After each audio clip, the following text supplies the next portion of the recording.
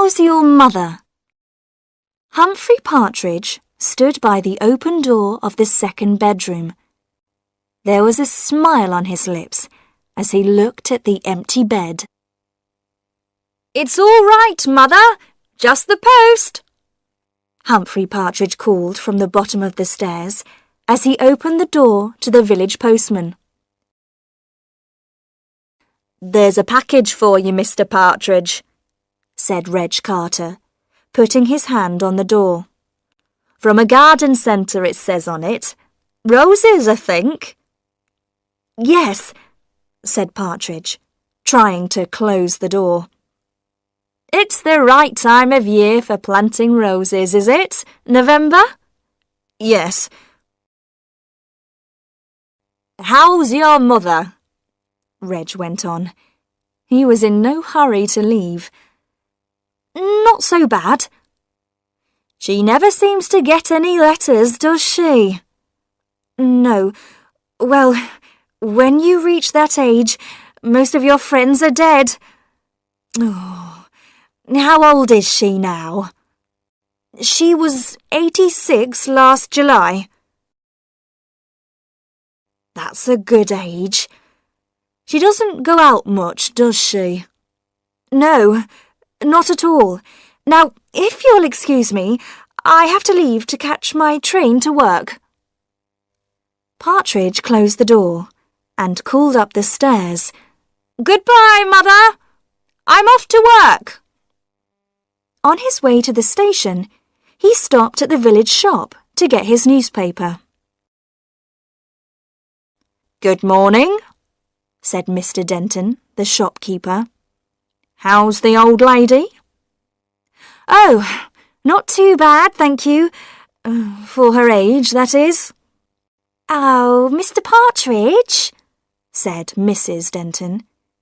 "There's going to be a meeting in the village hall on Sunday about—" "I'm sorry, Mrs. Denton. I don't like to leave my mother at weekends. I'm at work all week, you see." He hurried away. "He lives for his old mother," said Mr. Denton. "Well," said his wife, "she probably won't live much longer. She's been in bed ever since they moved here. And how long ago was that? 3 years?" 3 or 4. "I don't know what he'll do when she dies." Someone told me that he was talking about going to live in Canada. "Well, I expect she'll leave him some money." When Mrs. Denton expected something, everyone in the village soon heard about it. In his office that afternoon, Partridge was getting ready to go home when the telephone rang. Mr. Brownlow wanted to see him. He hurried to his employer's office. "Humphrey, come in and sit down." Partridge sat on the edge of a chair. He was going to miss his train. Mr. Brownlow said, "You know I intended to go to Antwerp next week for the meeting." "Yes." "Well, I've just heard that I must go to Rome tomorrow. Parsons is ill, and I'm taking his place, so I'd like you to go to Antwerp on Monday." "Me? But what about Mr. Potter? He has a more responsible position in the company." "He's too busy. It will be good experience for you. So I'll ask my secretary to change the tickets." "No, Mr. Brownlow. You see, it's rather difficult." "What's the problem?" "It's my mother. She's very old and I look after her." "Oh, it's only for 3 days, Humphrey, and this is important." "I'm sorry. It's not possible. My mother—" There was a pause. Mr. Brownlow was looking annoyed. Ugh, all right then. You can go now, or you'll be late for your train. Partridge looked at his watch. I think I can just catch it if I hurry. Oh, that's great. His employer gave a cold smile. Mother, I'm home. It's exactly 6:35. I had to run for the train, but I caught it. Humphrey Partridge hurried up the stairs, went past his own bedroom, and stood by the open door of the second bedroom. There was a smile on his lips as he looked at the empty bed. It was Monday morning, and Partridge was making his breakfast. He turned on his cooker and prepared to boil an egg. It was an old cooker, but it still worked well. He looked out of the kitchen window with satisfaction. During the weekend, he had dug the garden and planted all the roses. The doorbell rang. It was Reg Carter, the postman, with a big package in his hand. Sorry, I couldn't get this through the letterbox. Partridge could see that it contained more information about Canada. He would enjoy reading that on the train. Oh, and there's this letter too, but nothing for the old lady. Is she all right today? Fine, thank you.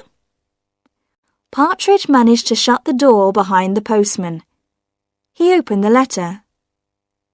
When he saw what was in it, he sat down at the bottom of the stairs, feeling weak with shock. He had won a large sum of money in a competition. You wanted to see me, Partridge? Yes, Mr. Brownlow. Well, be quick then. I've just flown back from Rome. I've come to tell you I'm leaving. You mean you want to leave the company? This is sudden. Yes, I'm going abroad, to Canada, with my mother. Well, you can go in a month. I need a month's notice. Is it possible for me to go sooner? Mr. Brownlow suddenly lost his temper. Yes, go today. Partridge got home before lunch, feeling pleased. He had telephoned a man who had agreed to sell the house for him, and he had completed the forms necessary for living in Canada. He opened his front door and called out, "Hello, Mother, I'm home."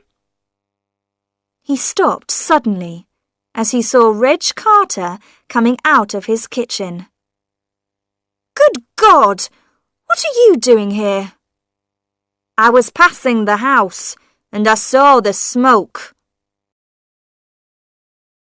"How did you get in?" "I had to break a window. I've called the police. I explained it all to Sergeant Wallace." Partridge's face was white. "Explained what?" "About the fire. There was a fire in your kitchen. You left the cooker on, and the curtains were on fire. I was thinking of your mother upstairs, not able to move, so I put the fire out." "Oh, thank you. That was very good of you." "Then I wanted to see if she was all right. I went upstairs. All the doors were closed. I opened one, your room, I think. Then I opened another. There was a bed there, but there was no one in it." "No." "There was no one anywhere. The house was empty." "Yes. The postman stood there, looking at him. I thought that was rather strange, Mr. Partridge. You told us your mother lived here. She does. She did. She died. Died? When? You said this morning when I asked. She died 2 days ago. His face was red now. I'm sorry. I can't think straight. It's the shock, you know. I see, Reg Carter said quietly. Well, I must go now. It was about a week after the fire. Of course, Reg Carter had talked to Mr. and Mrs. Denton, and they had talked to almost everyone who came into the shop. Sergeant Wallace, the village policeman, had heard a lot of strange stories about Humphrey Partridge. So now he had decided to go and talk to him himself. Partridge opened the door slowly, and the sergeant went straight into the sitting room. It was full of boxes. You're packing your books, I see, Mr. Partridge. When are you going to Canada? In about a month. And you're going to buy a house there, I hear. Yes. You're going alone. Your mother's not with you now. No, she died. Yes, that's what I want to discuss. As you know, this is a small place, and most people take an interest in other people's business. I've been hearing some strange things about you. People are saying you killed your mother to get her money. That's stupid. It's not true.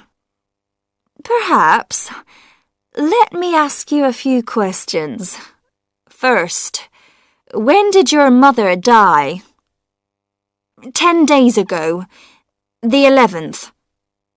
Are you sure? The 11th was the day you had the fire. Sorry. 2 days before that. It was such a shock. Of course. And so the funeral was on the 10th? Sometime about then, yes. It's strange that none of the local funeral directors know anything about it. I use someone from town. I see. And was it a doctor from town who signed the document saying that she was dead? Yes. Do you perhaps have a copy of the document? Partridge looked unhappy. You know, I don't. I'm afraid, the sergeant said, that suggests there may be something unusual about your mother's death. Now, if a crime has taken place... No crime has taken place, Partridge cried. I haven't got a mother. I never saw my mother. She left me when I was 6 months old, and I grew up in a children's home. Then who was living upstairs? Nobody. I live alone. I always have lived alone. I hate people. People are always asking you questions. They want to come into your house, take you out for drinks.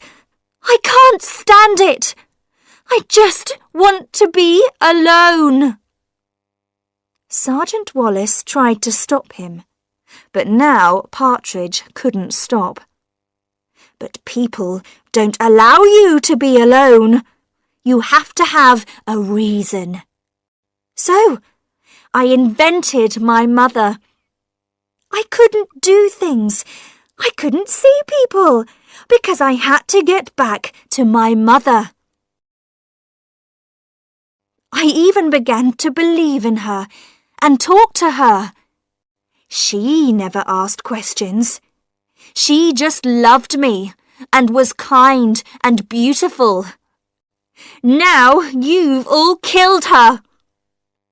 Sergeant Wallace took a moment to organise this new information.